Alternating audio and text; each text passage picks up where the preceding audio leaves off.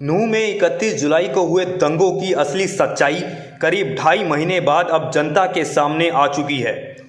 दरअसल केंद्रीय अल्पसंख्यक आयोग ने अपनी रिपोर्ट में बीजेपी जेजेपी सरकार के झूठ की पोल खोलते हुए बताया है कि नूंह हिंसा में स्थानीय लोग शामिल नहीं थे, बल्कि बाहर से आकर लोगों ने माहौल बिगाड़ा था। इसके अलावा सोशल मीडिया के जरिए भी दुष्प्रचार किया गया था। वही अल्पसंख्यक आयोग की रिपोर्ट सामने आने के बाद नूंह से कांग्रेस विधायक आफ्ताब अहमद ने भाजपा सरकार पर निशाना साधा। आफ्ताब अहमद ने कहा कि केंद्रीय अल्पसंख्यक आयोग ने बीजेपी जेजेपी सरकार के झूठ की पोल खोल दी है। उन्होंने कहा कि सरकार अपनी विफलताओं को छिपाने के लिए कांग्रेस और उनके नेताओं पर गलत आरोप लगा रही थी, जबकि पुलिस अधिकारियों ने खुफिया कैमरे पर इस बात को स्वीकार किया था कि सरकार को पूरा इनपुट हिंसा को लेकर दे दिया गया था, फिर भी सरकार सोती रही। लेकिन अब अल्पसंख्यक आयोग ने भी भाजपा सरकार की उस थ्योरी का दम निकाल दिया है, जिसमें वो नूंह हिंसा को स्थानीय लोगों और नेताओं की साजिश बता रहे थे। फिलहाल अब आप भी सुनिए आफ्ताब अहमद ने इसके अलावा क्या कुछ कहा। राष्ट्रीय अल्पसंख्यक आयोग ने एक अपना बयान आया है दिल्ली से, और उसमें कहा है नूंह हिंसा संगठित अपराध नहीं है। 31 जुलाई की जो घटना है वो अपने आप में एक दुर्भाग्यपूर्ण घटना है। हम पहले दिन से कह रहे हैं, और पहले दिन से ही हम ये कह रहे हैं ये संगठित अपराध नहीं था। और जो बात हमने कही उसमें ये कहता है कि जो ये सोशल मीडिया की लड़ाई में और उसके भड़काने में और उसमें ये जो है टकराव जो बना उसकी है। अल्पसंख्यक आयोग ने हमारी बात की पुष्टि करते हुए जो हमने कहा था, सरकार से कहा था, पहले दिन से कहा था कि सरकार की विफलता है। सरकार समय रहते उपयुक्त जो कदम उठाने चाहिए थे कानून व्यवस्था बनाए रखने के लिए, उसमें विफल हुई है। और यह सरकार की विफलता ही थी जिसकी वजह से हम पहले दिन से ये मांग कर रहे हैं। स्थानीय विधायक भी हम मांग कर रहे हैं, कांग्रेस पार्टी भी ये मांग कर रही है कि इसकी न्यायिक जांच हो सिटिंग हाईकोर्ट के जज से। इस सारे प्रकरण की क्या वजूहात रहे, हिंसा के किसने हिंसा करी, कौन दोषी है, और हिंसा में दोषी जो हैं उनको सजा मिले और निर्दोषों को इसमें ना परेशान किया जाए। ये पहले दिन से हमारी मांग है। और ये रिपोर्ट जो आई है मोटे तौर पे अमर उजाला अखबार में है, जिसमें इस बात की पुष्टि करी गई है कि प्रशासनिक जो है फेलियर जो है की वजह से ये दंगे हुए थे। और उसकी वजह से आज हम फिर से आपके माध्यम से, हमने पहले भी 2-3 बार आपको इसी प्रेस वार्ता के माध्यम से हम अपने साथी विधायकों के साथ मिलके आपको इस बात के लिए अवगत कराया है। और आज भी हम यह मांग करते हैं कि जहां सरकार की अपनी विफलता है वहां सरकार कैसे न्यायोचित जो है न्याय लोगों को दे सकती है। दोषियों को दोष के अनुसार उनको सजा दी जाए, लेकिन निर्दोषों को इसमें बिना सबूत के जो फंसाया जा रहा है उस पर हमें पहले दिन भी एतराज था, हमने बीच में भी एतराज किया, और आज भी आपके सामने हम कुछ ऐसे तथ्यों को आपके सामने बीच में पेश करेंगे जिससे कि आप सब लोगों को पता लगेगा कि हम क्यों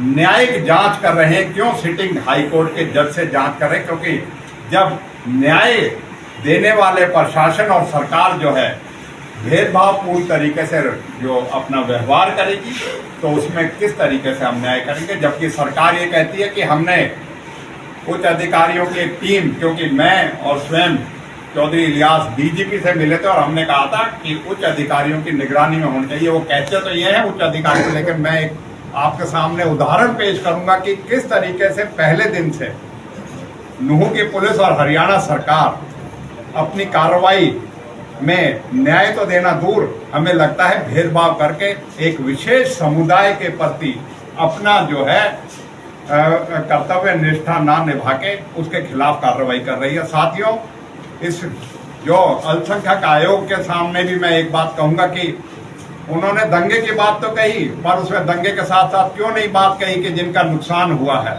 जिनका दंगे में नुकसान हुआ, दंगे के बाद जिनका मकान, दुकान और जिनके व्यवसायों को तोड़ के हजारों की संख्या में उनकी जो है रोजी रोटी छीन के उनका जिनका कसूर नहीं था, उनके मकानों के लिए जो और उनका जो हनन हुआ है, उनका जो हुआ है, उसके बारे में क्यों नहीं करी? क्यों निर्दोषों के बारे में कार्रवाई नहीं करी कि निर्दोष आदमियों के लिए करने के लिए?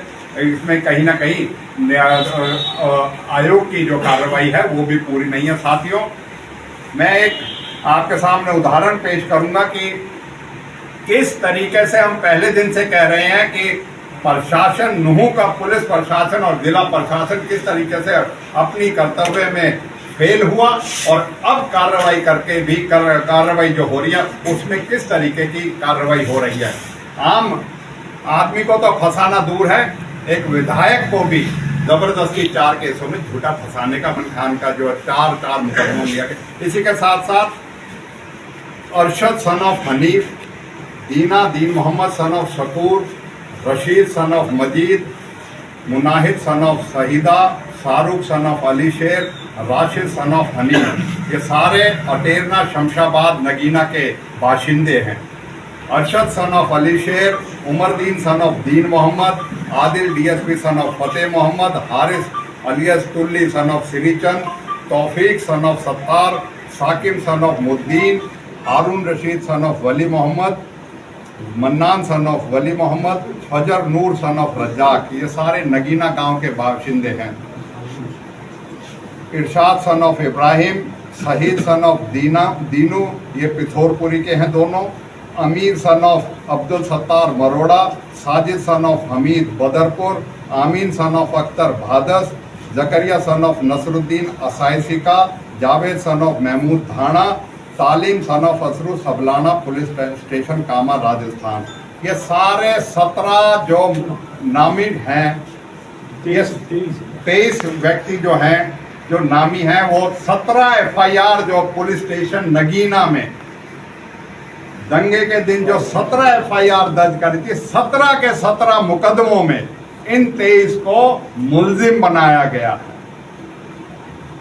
17 मुकदमों में 23 को मुल्जिम बनाया जाना और उसमें 23 में से भी एक हारून रशीद सन ऑफ वली मोहम्मद है, यह 70% अपाहिज है, ये पोलियो से ग्रस्त है, इसको भी 17 के 17 मुकदमों में कर देना और उसी का भाई जो है हन्नान सन ऑफ वली मोहम्मद, दोनों को 17 के 17 मुकदमे। आप देख सकते हो कि किस तरीके की कार्रवाई हरियाणा पुलिस कर रही है। इस दंगे के बाद की कार्रवाई किस तरीके और क्यों सवालिया निशान और क्यों ना इनकी विश्वसनीयता पे सवाल उठे।